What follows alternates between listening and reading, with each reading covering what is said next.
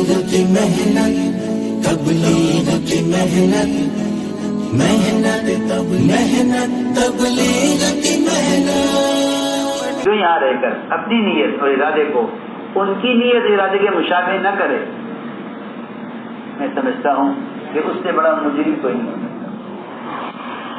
اور جو یہاں رہ کر اپنی نیت اور ارادے کو اور اپنی محنت کو ان کی نیت، ان کے ارادے، محنت کے مشابہ کر لے، اللہ کے نزدیک اس سے زیادہ مقبول کوئی نہیں ہو سکتا. یہ بہت جو میں عرض کر رہا ہوں بالکل اپنے دل کی بات آپ کے سامنے رکھ رہا ہوں. آنے والے حجاج کا یہاں سے دنیا لے کر جانا، یہاں رہنے والوں کے آنے والوں کو دنیا دینے کے ارادے کی وجہ سے ہے. ورنہ ایک زمانہ وہ بھی تھا کہ یہاں کوئی بھی آنے والا دنیا کے ارادے لے کر آتا ہی نہیں تھا. وہاں سے کیا لائیں گے؟ وہاں کیا ہے؟ شیطان نے حرمین کو اتنی دنیا سے بھرا ہے کہ یہاں رہنے والوں کی نیت بھی دنیا کی ہو اور ان کی اس بدنیتی کی وجہ سے آنے والوں کی بھی نیت دنیا کی ہو. اس لیے میری آپ سب سے پہلے درخواست، یہ تمہیدی بات ہے، سب سے پہلے یہ درخواست ہے، ہم میں سے ہر ایک اپنے دل سے اس بات کو نکال دے پہلے.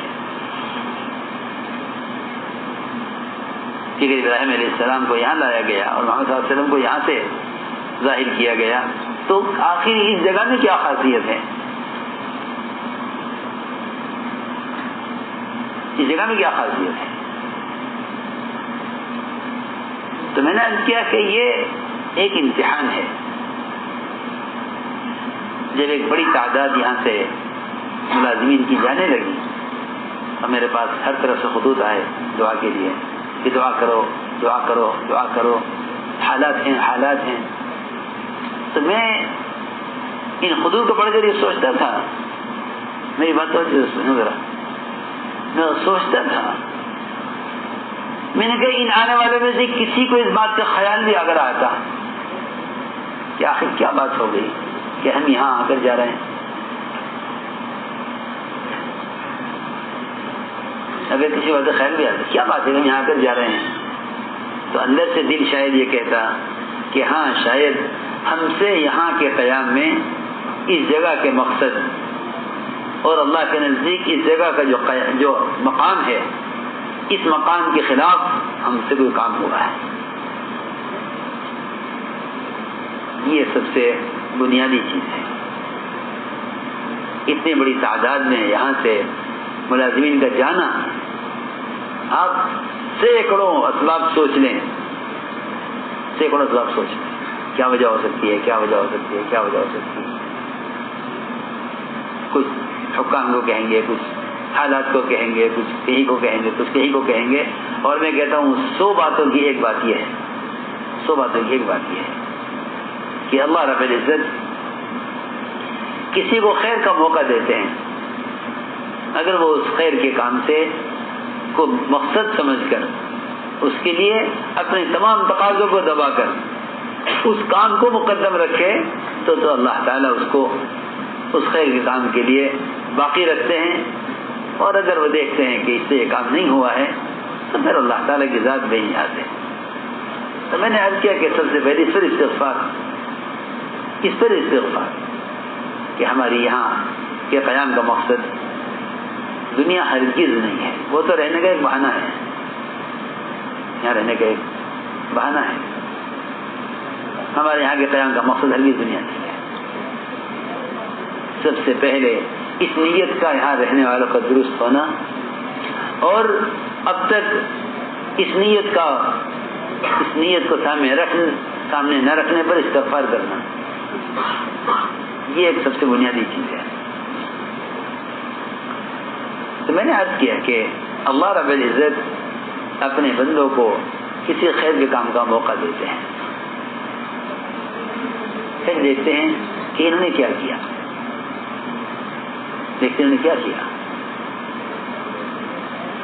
اس لیے سب سے پہلی بات یہ ہے کہ اس امتحان میں پورے اتر کر دکھاؤ. اس امتحان میں پورے اتر کر دکھلاؤ. سب سے پہلی بات یہ ہے اس امتحان میں پورے اتر کر دکھلاؤ. اس میں دو چیزیں مطلوب ہیں. ایک اپنی ذات سے پورے دین پر قائم رہنا, اور دوسری بات یہ ہے کہ دعوت اللہ کے ذریعے لوگوں کو دین پر لانے کی پوری کوشش کرنا.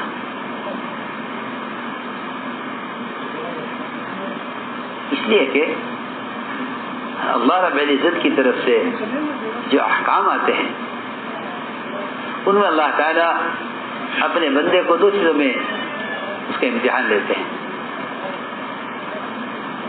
کہ دیکھنا یہ چاہتے ہیں کہ یہ میرے ہر حکم کو پورا کرتے ہیں یا نہیں.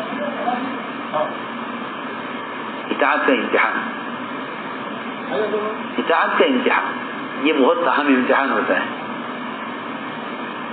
اطاعت کا امتحان, اور اس امتحان میں اللہ تعالی جو حکم لاتے ہیں وہ انبیاء, اولیاء, عوام, خواص, یہاں تک کہ فرشتے ان سب کی چاہت کے خلاف حکم لاتے ہیں. ان سب کی چاہت کے خلاف حکم لاتے ہیں کہ تم اپنی چاہت کو ہماری چاہت پر قربان کرو. بس یہ صرف ہمارے یہاں ایک چیز ہے قبولیت کے لیے, اور ہمارے یہاں ایک ہی چیز ہے بدلہ ملنے کے لیے. اپنی چاہت کو ہماری چاہت کے لیے قربان کرو. آدمی ایک مدت تک ایک رخ پر چلتا ہے اور وہ سمجھ لیتا ہے کہ مجھ پر کوئی اب ایسی چیز آنے والی نہیں ہے جس میں میرے لیے میری اطاعت کا اور عبادت کا اور اللہ تعالیٰ کے حکموں کو پورا کرنے کا کوئی امتحان لیا جائے گا. ہاں سنو, سب سے پہلا امتحان ملائکہ کا ہے کہ اب تک کی عبادت سے ان میں اطاعت کا جذبہ اور مادہ کتنا پیدا ہوا. اللہ نے اس کے امتحان لینے کے لیے حکم دیا ابلیس کو کہ آدم کو سجدہ کرے. یہ بہت اہم بات ہے, کیونکہ کسی کی استقامت کا فیصلہ جب ہوتا ہے جب حکم اس کی حیثیت کے خلاف آئے. حکم اس کی حیثیت کے خلاف ہو. اگر حکم حیثیت کے مطابق آ رہا ہے کہ نماز پڑھو, ٹھیک ہے بات پڑھ رہے ہیں, تیری عبادت کرتے ہیں, حکم حیثیت کے مطابق ہے, لیکن ہم وہ حکم لائیں گے جو حکم تمہاری حیثیت کے خلاف ہوگا. ہم یہ دیکھنا چاہتے ہیں کہ تم نے اپنی جان اور مال یہ تو تم نے ہمارے حکم کو قربان کر دیا. انسان کے پاس ایک بہت بڑی چیز اس کی حیثیت ہوتی ہے, اس کی حیثیت ہے جس کو وہ اپنی عزت کا اور اپنے مقام کا سبب سمجھتا ہے. سنو, یہ حکم آیا کہ سجدہ کرو آدم کو. یہاں آ کر ابلیس کو یہ خیال ہوا کہ سارے احکام اپنی جگہ میں پورے کرنے کو تیار, لیکن یہ جو حکم ہے یہ میری حیثیت کے خلاف ہے. یہ حکم میری حیثیت کے خلاف ہے. اگر اپنی ذات کو سجدہ کرنے کے لیے حکم دے تو میں تیار ہوں, لیکن جو مجھ سے ادنا ہے, میں اس سے اعلیٰ ہوں, یہ نئے ہیں, میں پرانا ہوں, یہ مجھے حکم دے کہ ان کو سجدہ کرو, یہ میں نہیں کروں گا. ہاں, انکار.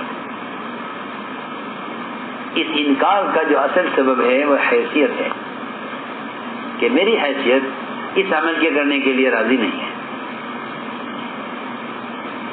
حالانکہ ایک امتحان تھا.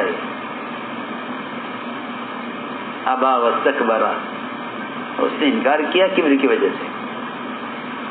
اس لیے میں نے ایک بات بنیادی بات اب کی ہے کہ بہت سے ایسے مواقع آتے ہیں کہ جس میں آدمی اپنے کبر کی وجہ سے کسی چیز کا انکار کر بیٹھتا ہے. ہاں اس کی مثالیں ہیں حدیثوں میں. میں اس کی مثال دیتا ہوں. دائیں ہاتھ سے کھانا کھانا سنت ہے، بائیں ہاتھ سے کھانا خلاف سنت ہے. دائیں ہاتھ سے کھانا فرض نہیں ہے، واجب نہیں ہے.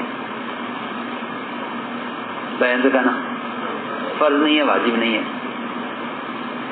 کسی نے بائیں ہاتھ سے کھا لیا، خلاف سنت عمل کیا، بے شک حرام نہیں ہے، ناجائز نہیں ہے. سوچنے کی بات ہے. اس خلاف سنت عمل کو اگر کوئی شخص کبر کی وجہ سے انکار کرتے ہیں، کوئی کبر کی وجہ سے انکار کرتے ہیں، میں کوئی اہم بات کرنا چاہتا ہوں. اس انکار کرنے کا اس زمانے میں ایک خوبصورت طریقہ یہ ہے کہ آدمی کو جب کسی کام کے لیے کہا جاتا ہے یا کسی کام سے روکا جاتا ہے تو وہ کسی کام سے بچنے کے لیے یا کسی کام سے نہ رکنے کے لیے ایک عذر پیش کر دیتا ہے، ایک عذر پیش کر تاکہ سامنے والا آدمی خاموش ہو جائے. میری بات کو توجہ سننا. سامنے والا آدمی خاموش ہے. میں اس پہ یہ عذر ہے اور ہم سے غلطی ہوئی کہ ہم نے آپ کو ٹوک دیا. ہاں اور وہ ٹوکنے والوں کو اپنا محسن سمجھنا چاہیے.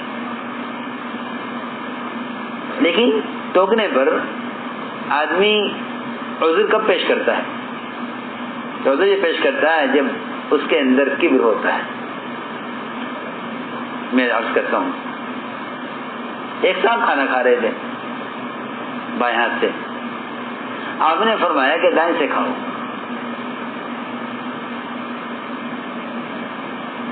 حضور اکرم صلی اللہ علیہ وسلم نے فرمایا کہ دائیں ہاتھ سے کھاؤ. انہوں نے یہ عذر پیش کیا کہ میرا دائیں ہاتھ اٹھتا نہیں ہے، تاکہ جواب ہو جائے، تاکہ بات کا جواب ہو جائے. تو آپ نے فرمایا جواب میں اس کے عذر کے کہ اللہ کرے تیرا یہ ہاتھ کبھی نہ اٹھے. میں اس قصے سے کچھ کہنا چاہتا ہوں، یہ تو واقعہ ہے، ایک واقعہ ہے. میں کچھ کہنا چاہتا ہوں اس واقعے کی روشنی میں. ہمیں بددعا دی، روایت میں ہے اللہ کہے تیرے ہاتھ کبھی نہ اٹھے. اس بات کے کہتے ہی اس کا دایاں ہاتھ شل ہو گیا. اور روایت میں ہے کہ اس کے دن کے بعد اس کا ہاتھ اس کے منہ کی طرف کبھی نہیں اٹھا. روایت میں ہے ما منعہ الا الکبر، کہ اس نے تکبر و بڑائی کی وجہ سے انکار کیا. میں عرض یہ کرنا چاہتا ہوں کہ کھانا جو ایک ایسی نبوت کی ایسی ضرورت ہے کہ جس کو کہا جائے کہ کبھی آپ نے پیٹ بھر کر ایسا کھانا نہیں کھایا جو کھانا واقعی کھانے قابل ہو. ایسا کھانا کوئی پیٹ بھر کر آپ کو نہیں ملا. پر ایک ضرورت ہے، نہ عبادت ہے نہ کوئی بیاست کا مقصد ہے آپ کی. اگر اس کھانے کے ایک طریقے، سنت کے ایک طریقے کو یہ کہہ کر انکار کر دیا جائے کہ میرا یہ ہاتھ اٹھتا نہیں ہے اور اس پر ہاتھ کی قوت سلب ہو سکتی ہے، تو جس محنت کے لیے آپ کو بھیجا گیا ہے اس محنت سے بلا عذر انکار کر دینا کتنی قوتوں کو ضائع کر دے گا، کتنی قوتوں کو سلب کرے گا. میں کچھ کہنا چاہتا ہوں.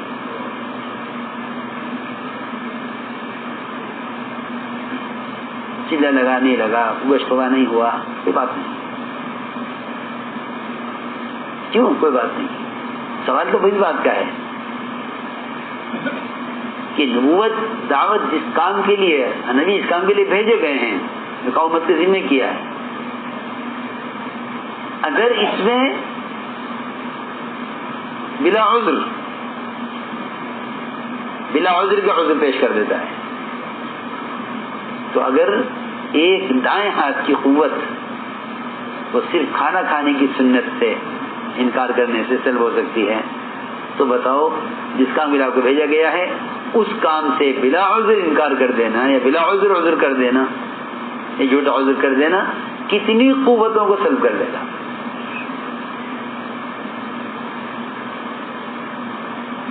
تو ہم نے عرض کیا کہ جو اللہ تعالی کا حکم آتا ہے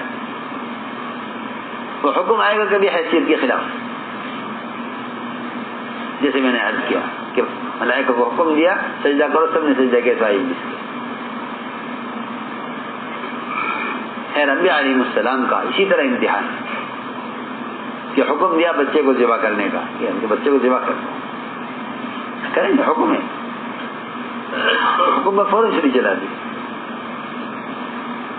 بچے سے بھی یہ نہیں کہا کہ اللہ کا حکم ہے اس لیے میں آپ کو ذبح کر رہا ہوں, کہ یہ ایسا نہ ہو کہ یہ میرے رعب سے آ کر ذبح ہو, بلکہ اس بچے کا بھی یہ ذہن ہونا چاہیے کہ یہ ذبح ہونا اللہ کے امر کی وجہ سے ہے, باپ کے امر کی وجہ سے نہیں ہے. یہ نہیں کہا افعل ما تشاء, جو آپ چاہیں وہ کریں, بلکہ کہا افعل ما تؤمر, کہ آپ کو جو حکم دیا گا حکم پورا کیجیے. اور باپ نے بچے سے یہ نہیں کہا کہ اللہ کا حکم ہے اس کو ذبح کرنا چاہتے ہیں, نہیں, بلکہ کہا فانظر ماذا ترى, بچے سے کہا اپنے بارے میں تم خود غور کرو. یہی ہے نا, اپنے بارے میں خود غور کرو. یعنی اس کو کہتے ہیں کہ ہر فرد حکم پر جان دینے کے لیے اپنے بارے میں خود غور کرے. میں ان سے متعلق ہوں, مجھے کرنا پڑے گا, میں ان کے قبیلے کو مجھے کرنا پڑے گا, میں ان کا شاگرد ہوں مجھے کرنا پڑے گا, میں ان کے خاندان کو مجھے کرنا پڑے گا, ہاں میں ان کے محلے میں رہتا ہوں مجھے کرنا پڑے گا, میں ان کا پارٹنر ہوں مجھے بھی کرنا پڑے گا. خدا جانے کتنے اسباب ہیں ہمارے اس کام کو کرنے کی وجہ سے, نہیں ہے تو اللہ کے امر کی وجہ سے کرنا نہیں ہے. حالانکہ اللہ کے امر کے سوا اور کوئی بنیاد نہیں ہے جس پر آدمی کام کرے. ہم اللہ کے امر کی وجہ سے کام کرتے ہیں, کام کرنا اللہ کے امر کی وجہ سے ہے اور کوئی وجہ نہیں ہے. کام کرنا اللہ کے امر کی وجہ سے, اللہ کا حکم ہے, اللہ کا حکم ہے. ہم حکم کی وجہ سے کام کر رہے ہیں. تو میں نے ایک بنیادی بات عرض کی ہے کہ اللہ تعالیٰ موقع دیتے ہیں کسی درجے پر پہنچا کر, پھر ایک حکم لاتے ہیں حیثیت کے خلاف, ایک حکم لاتے ہیں جذبے کے خلاف. بچے نبی کا جذبہ ہے کہ میری اولاد اس قابل ہو کہ جو میرے کام کو سنبھالے, لیکن حکم ہے کہ ذبح کرو. پھر ایک روایت میں ہے کہ حضور اکرم صلی اللہ علیہ وسلم نے ایک ایسے صحابی کو چنا صحابہ میں سے جو اپنے باپ کے ساتھ سب سے زیادہ صلہ رحمی اور شفقت اور خدمت کرنے والے تھے, باپ سے سب سے زیادہ محبت کرنے والے, انہیں چنا اور بلایا, اور بلا کر اتنا فرمایا کہ جاؤ اپنے باپ کا سر کاٹ کر لاؤ. اور کچھ نہیں آگے پیچھے, کیا وجہ ہے کیا بات, کچھ نہیں. فوراً دوڑے وہ صحابی, فوراً کہاں جا رہے ہو؟ عرض کیا کہ باپ کا سر لانے جا رہا ہوں. میں یہاں آؤ, ہمیں رشتوں کو توڑنے کے لیے اور رشتوں کو توڑنے کے لیے بھیجا گیا, بلکہ رشتوں کو جوڑنے کے لیے, بتوں کو توڑنے کے لیے بھیجا گیا ہے. اس کے ساتھ آپ کا حکم تھا.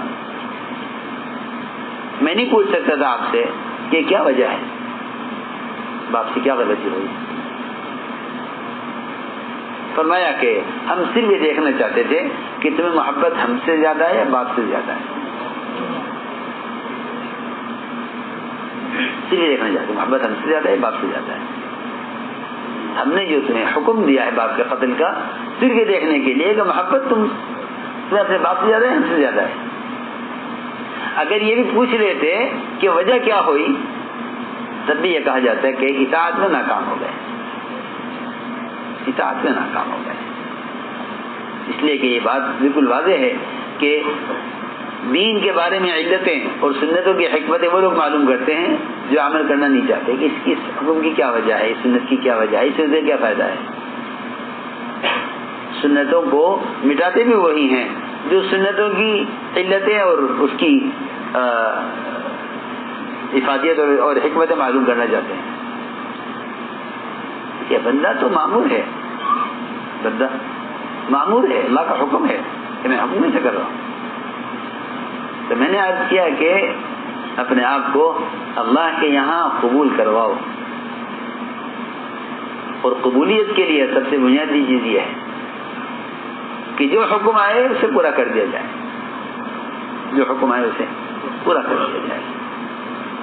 صحابہ کرام کی اطاعت کے واقعات سے معلوم ہوتا ہے کہ اس اطاعت سے مجموعہ بنتا ہے، اطاعت سے مجموعہ بنتا ہے. یہ مجموعہ اطاعت والا ہوتا ہے جو تقاضے دین کے پورے کرتا ہے. اور وہ ایسا مجموعہ آپ نے تیار کیا صحابہ کا کہ باطل کو کہیں سے گھسنے کا راستہ نہیں ملتا تھا.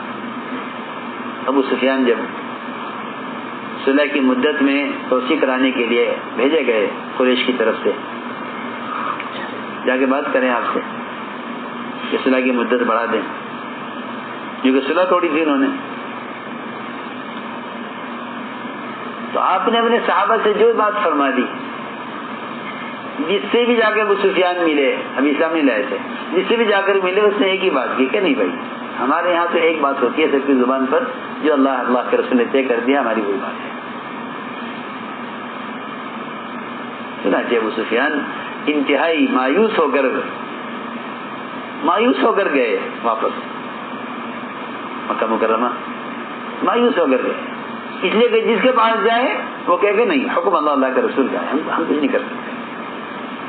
سب کی ایک بات، ام حبیبہ سے بات کی جا کر اپنی بیٹی سے کہ تم بات کر لو محمد صلی اللہ علیہ وسلم سے، وہ ہماری بات سے ذرا توجہ دیں، صلح کی مدت بڑھا دیں. ام حبیبہ نے ایک ہی بات کی کہ نہیں حکم اللہ کے رسول کا ہے. یعنی یہ مثالیں میں عرض کر رہا ہوں کہ صحابہ کرام کی یہ اطاعت کے واقعات ہیں جس سے معلوم ہوتا ہے کہ ایسا مجموعہ آپ کے ساتھ تھا، ایسا مجموعہ آپ کے ساتھ تھا کہ جس کی وجہ سے اسلام کا قلعہ محفوظ تھا، اسلام کا قلعہ محفوظ تھا. میں نے عرض کیا کہ اپنے آپ کو اللہ کے یہاں قبول کرواؤ، اللہ کے یہاں قبول کرواؤ. اور قبولیت کا تعلق صفات قبولیت سے ہے، قبولیت کا تعلق صفات قبولیت سے ہے. جتنا اللہ کی ذات کے ساتھ تعلق گہرا ہوگا اتنا مخلوق کے ساتھ تعلق اچھا ہوگا. یہ بات سب یاد رکھیں سب ہمیشہ کہ ہمارے ساتھیوں کے درمیان اتنا ہی اختلاف اور دوری پیدا ہوگی جتنی ہمارے اور اللہ کے درمیان دوری پیدا ہوگی. سیدھی بات ہے. صحابہ کے درمیان تو اختلاف تھے، دوریاں نہیں تھی، اس لیے کہ وہ اللہ کے قریب تھے، اور جو اللہ کے قریب ہوتا ہے وہ اللہ والوں کے بھی قریب ہوتا ہے. ایمان والوں کی آپس کی محبتیں اور آپس کا تعلق اللہ کے تعلق کے بقدر ہوگا. اسی لیے فرمایا من اصلح ما بینہ و بین اللہ اصلح اللہ ما بینہ و بین خلقہ. اس کے لیے دو چیزیں ہیں، اس کے لیے دو چیزیں ہیں. ایک ہماری خلوت اللہ کے ساتھ، ایک ہماری خلوت اللہ کے ساتھ، اور ایک ہمارا اختلاط اور دعوت انفرادی اللہ کی مخلوق کے ساتھ. یہ دو چیزیں اگر ہم مضبوطی سے تھام لیں تو میں سمجھتا ہوں کہ ان دو چیزوں کو جمع کرنے والے سے بڑھ کر اللہ کی رحمت کسی اور کی طرف متوجہ نہیں ہوتی. ان دو چیزوں کو جمع کرنے والے سے بڑھ کر اللہ کی رحمت کسی اور کی طرف متوجہ نہیں ہوتی. اس لیے کہ قرآن نے یہ دو موقع بتائے ہیں اللہ کی رحمت کو متوجہ ہونے کے، خاص توجہ کے. الذی یراک حین تقوم وتقلبک فی الساجدین. اللہ آپ کو خاص طور پر دیکھتے ہیں اس وقت جب آپ دعوت دیتے ہیں، بیان کرتے ہیں، اور جب آپ صحابہ کے ساتھ نماز میں ہوتے ہیں. یہ دو موقع اللہ تعالیٰ کی طرف سے توجہ خاص کے ہوتے ہیں.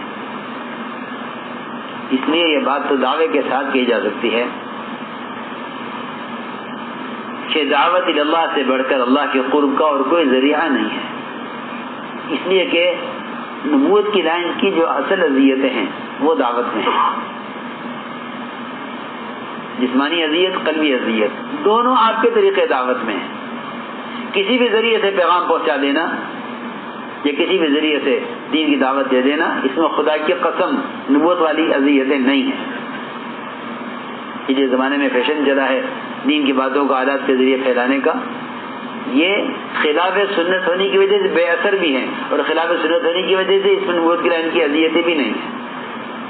نبوت کی لائن کی اذیت تو صرف اس کو پیش آئے گی جو نبوت کے طریقے پر خود جا کر دعوت دے. یہ تو پکی بات ہے، اس میں تو کسی رائے کی گنجائش ہی نہیں ہے قطعاً کہیں سے کہیں تک کہ نبوت کی لائن کی اذیتیں صرف نبوت کے طریقے دعوت میں ہیں. نبوت کی لائن کی اذیتیں صرف نبوت کے طریقے دعوت میں ہیں. ہم اس کام میں حضور اکرم صلی اللہ علیہ وسلم کے طریقے دعوت کے پابند ہیں. ہم رائے، مشورے اور تجربات کے پابند نہیں ہیں. عمر کا قول ہے، حضور کا قول ہے کہ جو آدمی پھر رائے پر چلے گا، اپنے تجربات پر چلے گا، وہ سنتوں کا دشمن بنے گا. جی ہاں، حضرت عمر کا قول میں آپ کو نقل کرنا ہے. فرماتے تھے اصحاب الرائے اعداء السنن، کہ رائے پر چلنے والے سنت کے دشمن ہیں. کیا مطلب ہے اس کا؟ کہ اس کا مطلب یہ ہے کہ یہ اپنے تجربات کے اعتبار سے کام کریں گے. ان کے سامنے یہ نہیں ہوگا کہ حضور اکرم صلی اللہ علیہ وسلم کا کیا طریقہ دعوت ہے اور آپ کے طریقہ دعوت میں آپ کو کیا اذیتیں پیش آئی ہیں. بلکہ میں تو کہا کرتا ہوں کہ اگر ایک برش دانت صاف کرنے کے لیے یہ مسواک کا بدل نہیں بن سکتا، تو آپ کے طریقے نبوت، آپ کی بعثت کا جو اصل مقصد دعوت اللہ ہے، اس دعوت کے طریقے کا بدل کہاں سے لاؤ؟ یہ کہنا کہ کسی بھی ذریعے سے پیغام پہنچا دو دعوت ہے، بالکل نہیں، بالکل نہیں. بات کا پہنچانا دعوت نہیں ہے، خود جا کر دعوت دینا دعوت ہے. کسی ذریعے سے پیغام پہنچانا دعوت نہیں ہے، خود جا کر دعوت دینا دعوت ہے.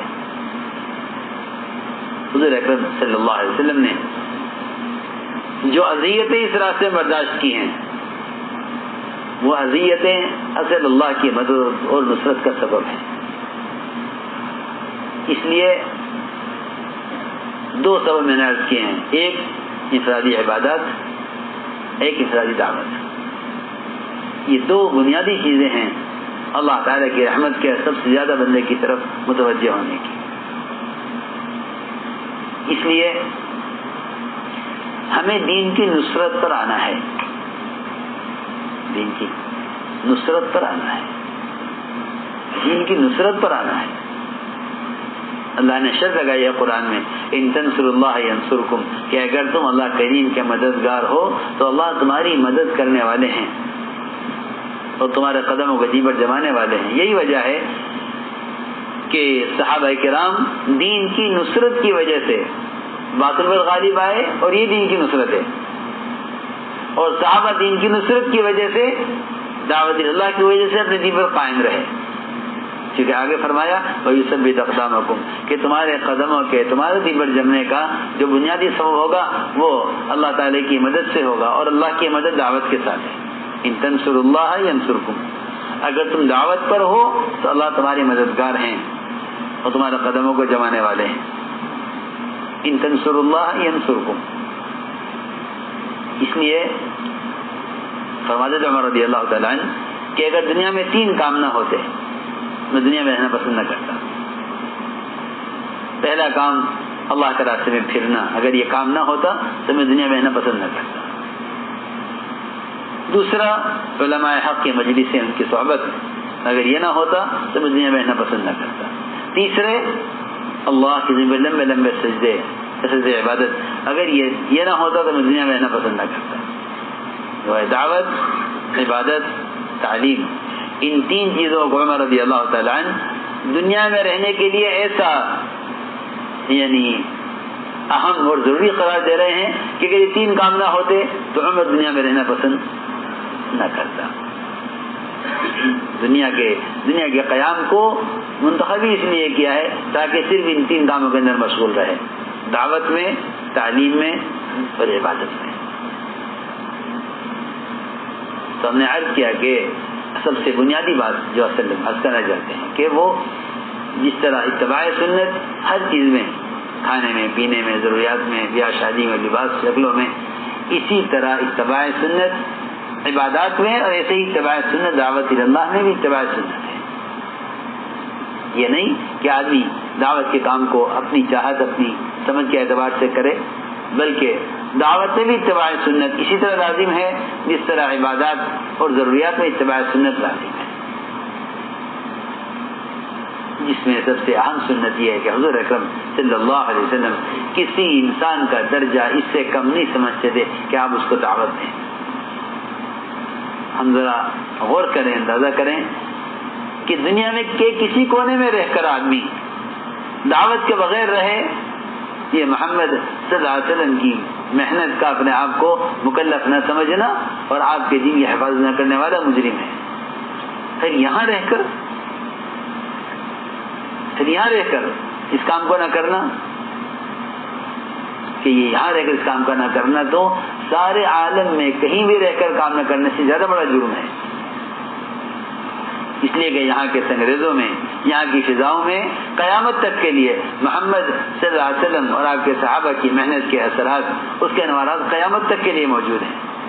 لیکن میں قسم کھا کر کہہ سکتا ہوں جو آدمی یہاں دنیا کے ارادے سے آئے گا اس کو یہ آثار کبھی نظر نہیں آ سکتے، کبھی نظر نہیں آ سکتے. اس کو تو اس ارادے سے دیکھنا پڑے گا، اس ارادے سے آنا پڑے گا. اللہ تعالیٰ اس پر کھولیں گے وہ انوارات اور وہ برکتیں اور وہ نصرتیں جو اس علاقے میں نازل ہوئی ہیں. حضور اکرم صلی اللہ علیہ وسلم کے دعوت ان کی اذیتوں پر جو یہاں نازل ہوئی ہیں وہ نظر آئیں گی ان لوگوں کو جو یہاں صرف اس ارادے سے آئیں گے اور صرف اسی ارادے سے رہیں گے. ہم اس کام کے تقاضوں کو ایک نفل اور ایک جو ہے مستحب کام سمجھ کے کر دیں یا چھوڑ دیں یا بھی طبیعت کو دیکھیں. حالانکہ حضور اکرم صلی اللہ علیہ وسلم کا کہ 24 گھنٹے آپ دیکھیے کس طرح آپ کے گزرتے تھے، کیا آپ کے معمولات تھے، کیا آپ کے معمولات تھے، کیا اس مجموعے کے ذریعے آپ نے کیا طریقہ محنت قائم کیا تھا. ایک اعمال کا ایک اجتماعی ماحول بنایا تھا. یہ نہیں کہ امت کو چھوٹ دے دی ہو کہ جو جہاں اپنے جی پر چلے، ایسا نہیں تھا، بلکہ آپ نے ایک مجموعہ تیار کیا، اس مجموعے کے ذریعے ایک ماحول تیار کیا. اس ماحول کے اندر نئے لوگوں کو لایا جاتا تھا تاکہ اس ماحول میں آ کر دیندار بنے، اس ماحول میں آ کر ہدایت پر آئیں.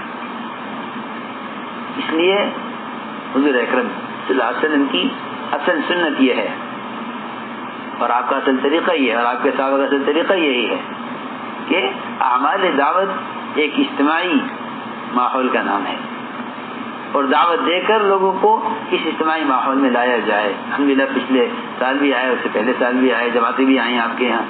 اور مسجد کی آبادی کا عمل جو اصل تربیت کا اور اصل سنت حضور اکرم صلی اللہ علیہ وسلم کی کہ دعوت دے کر ماحول میں لایا جائے. یہی وجہ ہے کہ کبار صحابہ وہ ملاقاتیں کر کے کہتے تھے کہ آؤ ہمارے ساتھ، چلو ہمارے ساتھ، اٹھو ہمارے ساتھ، اگر پر ایمان لائیں. ہمیں چاہیے کہ ہم گشتوں کے ذریعے اپنے جو ہے مسلمانوں کو دعوت دے کر عمل کے ماحول میں لے کر آئیں، اس لیے کہ کسی اجتماعی عمل کی طرف قدم اٹھانا بھی حدیث میں آ جائے کہ جہاد میں سے ہے. ایک آدمی اگر چل کر آ رہا ہے مشرق کی طرف تو فرمایا صحیح روایت میں ہے کہ مشرق کی طرف چل کر آنا جہاد ہے. اصل ان اعمال کی طرف لوگوں کو دعوت دے کر وہ اعمال مسجد میں ہو رہے ہوں گھروں میں ہو رہے ہوں اس سے کوئی بحث نہیں ہے. کوشش بات ہی کی جائے کہ لوگ گشت کر کے دعوت دے کر اپنے ماحول میں لے کر آؤ. ہمارے گشت کا موضوع ہے یہ کہ لوگوں کو منکر کے ماحول سے نکالا جائے. یہ دعوت امر معروف ہے اور نہی منکر ہے. نہی منکر کا مطلب یہ ہے کہ مسلمان کو منکر کے ماحول سے نکالو. اس لیے کہ منکرات کا بتلا دینا یا روک دینا مقصود نہیں ہے, منکرات کا چھڑوانا مقصود ہے. منکرات کا چھڑوانا مقصود ہے اور معروفات کا ادا کرانا مقصود ہے. میری بات توجہ چاہے گی. معروفات کا بتانا دعوت نہیں ہے اور منکر کا بتانا دعوت نہیں ہے. لوگوں کو معلوم ہے کہ کیا منکر ہے کیا معروف ہے. گناہ لوگ کر رہے ہیں معلوم ہے گناہ ہے, نماز چھوڑ رہے ہیں کہ معلوم ہے کہ فرض ہے. مسئلہ یہ نہیں ہے. لوگوں نے تبلیغ اور دعوت جس کو سمجھا ہے کہ جا کے لوگوں کو بتا دو کہ دین کیا ہے. بالکل نہیں. معروفات پر لانا, معروفات کی ادائیگی پر لانا, منکر سے روکنا. منکر امت منکر چھوڑے, امت منکرہ چھوڑے. منکر کے ماحول میں جا کر منکر بتلا دینا یہ منکرات کے چھڑوانے کا طریقہ نہیں ہے. میں آپ کو اگر آپ سیرت پہ غور کریں گے تو یہ بات سمجھ میں آئے گی. بے شمار حدیثیں, بے شمار روایتیں, بے شمار تابعی قصے ملیں گے جو میں کہہ رہا ہوں اس سے متعلق. یہ منکر کا بتانا کافی نہیں ہے, منکر چھڑوانا ہے اور معروفات کی ادائیگی پر امت کو لانا ہے. ایک آدمی کو اپنے ماحول میں لا کر اس سے احمد کا ادا کرانا, یہ ہوا بھی ایک آدمی معروف پہ آ گیا, منکر کے ماحول سے نکالنا ہے. اسی لیے الحمدللہ ہمارے یہاں گشت کا موضوع بتلایا جاتا ہے کہ بھائی گشت کا موضوع یہ ہے کہ جس سے تم بات کرو اس کو اس کے ماحول سے نکال کر کسی طرح اپنے ماحول میں لاؤ. جس گھر میں, جس کمرے میں, جس بیت میں آپ ان اعمال کو کر رہے ہیں, یہاں سے گشت کرنے والے نکلیں تو ان کے گشت و ملاقات کے دوران اور ان کے بازاروں میں ایک ایک مسلمان کو دعوت دے کر عمل کے ماہ میں لانے کے دوران یہ جگہ عمل سے خالی نہ ہو. ہمیں تو حضور اکرم صلی اللہ علیہ وسلم کی مسجد میں اور آپ کے زمانے میں یہی طریقہ ملا ہے. کبار صحابہ گشت کرتے تھے. معاذ بن جبل رضی اللہ تعالی سید العلماء وہ کہتے تھے کہ اجلس بنا نؤمن, بیٹھو ہمارے ساتھ اگر پر ایمان لاؤ. حضرت فرماتے تھے آؤ ہمارے ساتھ پر ایمان لائیں گے. حضرت رواحہ خوشامد کرتے, حضرت عمر ایک کی خوشامد کرتے, ہاتھ پکڑتے کہ تھوڑی دیر کے لیے ہمارے ساتھ آ جاؤ اگر پر ایمان لے آؤ. یہ ایک عملی محنت ہے, ایک عملی محنت ہے. اور کوشش بات کی جائے کہ اپنے ماحول میں لا کر انہیں اللہ کے راستے میں نکالا جائے. اصل 3 نفر ہے. آپ اندازہ کریں نا کہ 100 قتل کرنے والے سے عالم نے کہا کہ تم توبہ چاہتے ہو اپنی بستی چھوڑ کر نکل جاؤ. کتنے قتل کیے؟ 100 قتل. 100 قتل راہب کا کیا. اس نے کہا کہ تمہاری مغفرت نہیں ہو سکتی, بستی چھوڑ کر نکل جاؤ, بستی چھوڑ کر نکلو. اللہ کی شان, ادھر نکلا تھا ادھر وقت ختم ہو گیا زندگی کا. اللہ نے زمین کو حکم دیا کہ تو پھیل جا, اور زمین کو حکم دیا کہ تو سمٹ جا, اور کہا پر اس طرح کے نپائی کر لو. جس بستی کے قریب ہے, جس بستی کے قریب ہے, اگر اس بستی کے قریب جہاں قتل کیے ہیں تو عذاب کے فرشتے لے جائیں. اس بستی کے قریب ہے جہاں کا رخ بنا ہے تو رحمت کے فرشتے لے جائیں. میں نے عرض کیا کہ اپنے مجمع کے نفر کا مزاج بناؤ, خود اس کا مزاج بناؤ اللہ کے راستے میں نکلنے کا. اور یہ ہم میں سے ہر ایک کو بات کا احساس ہونا چاہیے کہ اللہ کے راستے میں نکلنے میں تاخیر کرنا اللہ کے رسول کی ناراضگی کا سبب ہے. یہ احساس امت میں سے ختم ہو گیا, یہ احساس امت میں سے بالکل ختم ہو گیا. اس احساس کو زندہ کرنا مستقل ایک سنت کا زندہ کرنا ہے. سمجھ میں آ رہی بات؟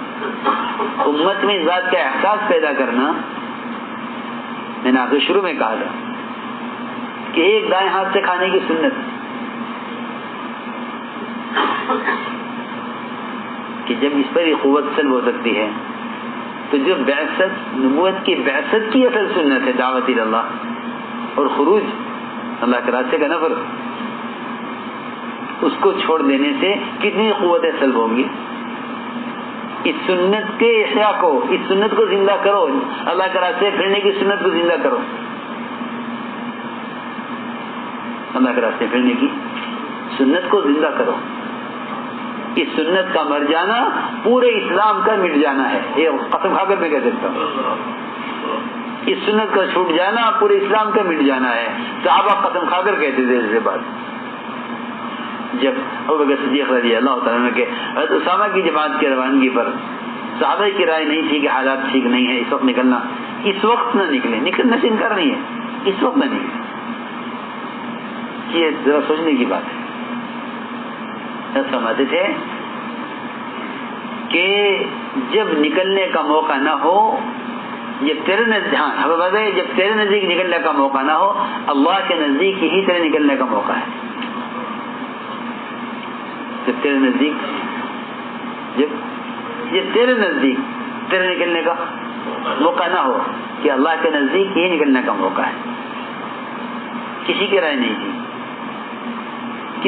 نہیں تھی کہ اس وقت جماعت کو روانہ کیا جائے، صرف ابوبکر تنہا تھے یہ کہنا کہ بھائی سب کے اتفاق سے کام ہونا چاہیے۔ وہاں فرماتے تھے کہ اللہ کے راستے میں نکلنے میں، اس کا جواب دیا ابوبکر رضی اللہ عنہ کہ عمر اللہ کے امر میں کوئی مشورہ نہیں ہے کہ بھائی منصوص میں کوئی مشورہ، حضرت کا بیان ہے کہ عمر منصوص میں کوئی مشورہ نہیں، یعنی اللہ کا حکم ہے نکلنا، آدمی کا مشورہ کرو، نماز پڑھنی نہیں پڑھنی ہے گنجائش نہیں، جب عبادت میں سے گنجائش نہیں تو دعوت میں کہاں سے گنجائش آ جائے گی؟ سیدھی بات ہے۔ حضرت عمر نے کہا کہ اچھا مشورہ تو کر لیں، سب کی رائے کیا ہے جماعت کے روانہ کرنے میں؟ حضرت بکر نے جواب دیا کہ عمر منصوصات مشورہ نہیں ہے۔ ہاں دیکھو، جماعت کو روانہ کیا اور پھر خود قسم کھا کر کہا کہ اگر ابو بکر کا اس دن کا عزم نہ ہوتا تو اللہ کو سجدہ کرنے والا کوئی نہ ہوتا۔ یہ عمر کا قول ہے، اگر اس دن کا عمر کا عزم نہ ہوتا تو امت مرتد ہو چکی تھی۔ اس دن کا اگر ابو بکر کا عزم نہ ہوتا تو امت مرتد، حضرت عائشہ بھی فرماتی تھی کہ میرا ابا جی کا اگر اس دن کا جمنا نہ ہوتا اس جماعت کے روانہ کرنے پر تو امت مرتد ہو چکی ہوتی۔ ہم میں سے ہر ایک کے اندر کا یہ جذبہ اور یقین ہو، ورنہ تو آپ دیکھ رہے کھلی آنکھوں۔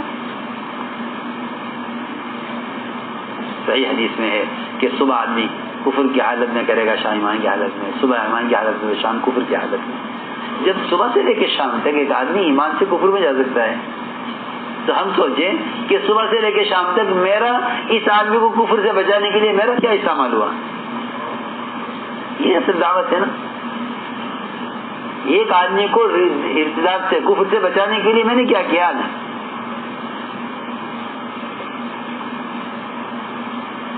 یہ کوئی تبلیغ کا کام یا کوئی صرف کلمہ نماز سیکھنے کی تنظیم نہیں ہے کہ آدمی کو مدرسہ سمجھ کے تھوڑا سا وقت اس کو دے دے، بلکہ دین کو قائم رکھنے کی محنت ہے، دین کو قائم رکھنے کی محنت ہے۔ جمع علیہ السلام کا ملفوظ ہے کہ ہر سال 4 مہینے اس کام کے لیے فارغ کرنے کو اگر اپنا جزو زندگی نہیں بناؤ گے،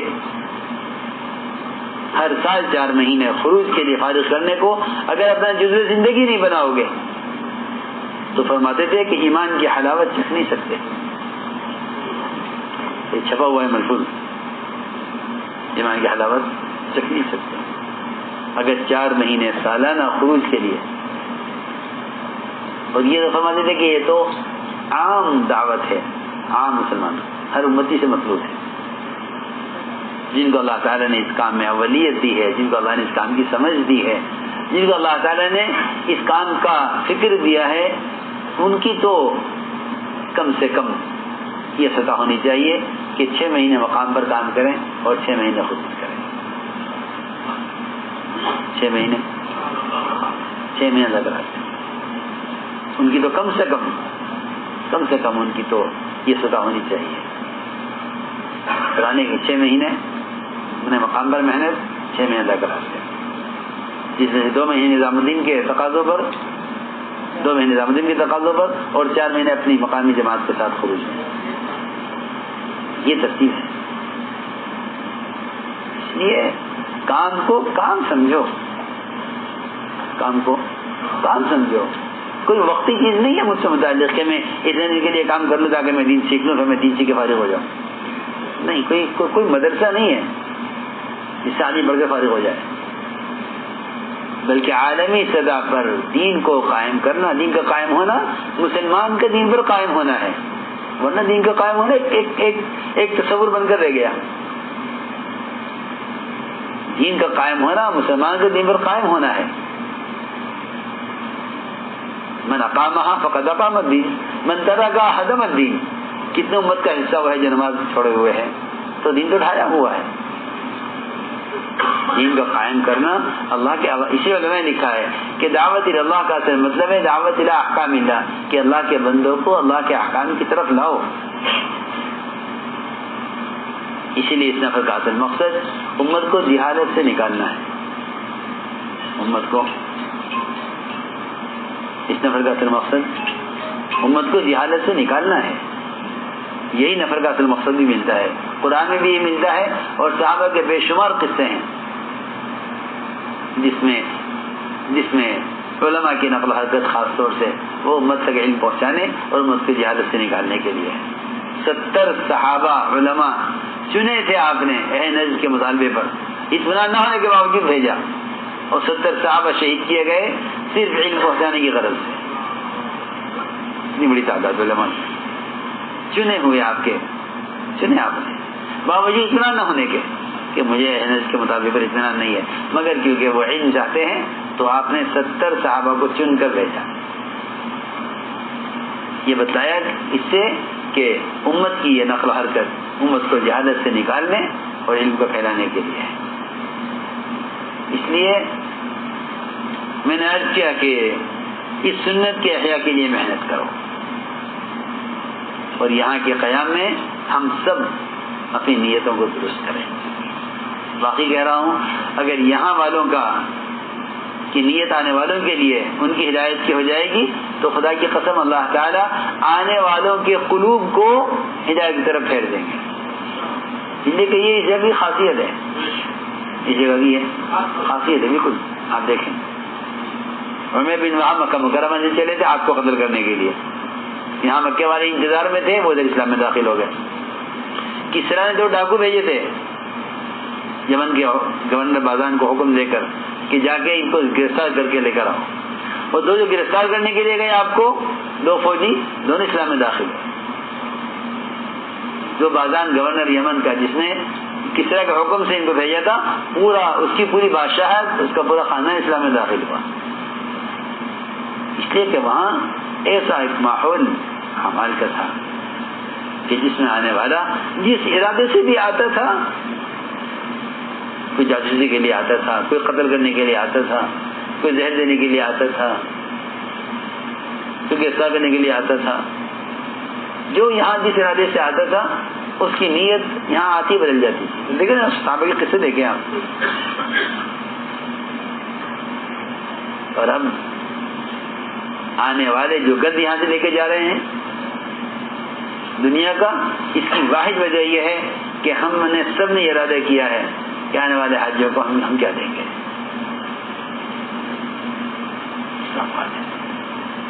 خدا کے لیے آپ حضرات یہاں کے قیام کو معاش کے لیے مت سوچیں، یہاں کے قیام کو صرف معاد اور آخرت کے لیے سوچیں. یہاں کا قیام معاد کے لیے ہے، معاش کے لیے نہیں ہے. معاش کے لیے دنیا بڑی ہے، معاش کے لیے دنیا بڑی ہے. اللہ نے ہمیں اپنے گھر اور اپنے ربی کے دیار کے جو قرب دیا ہے وہ خدا کی قسم اس لیے نہیں دیا تھا کہ تم یہاں آ کر مال سمیٹو، بالکل نہیں، بالکل نہیں.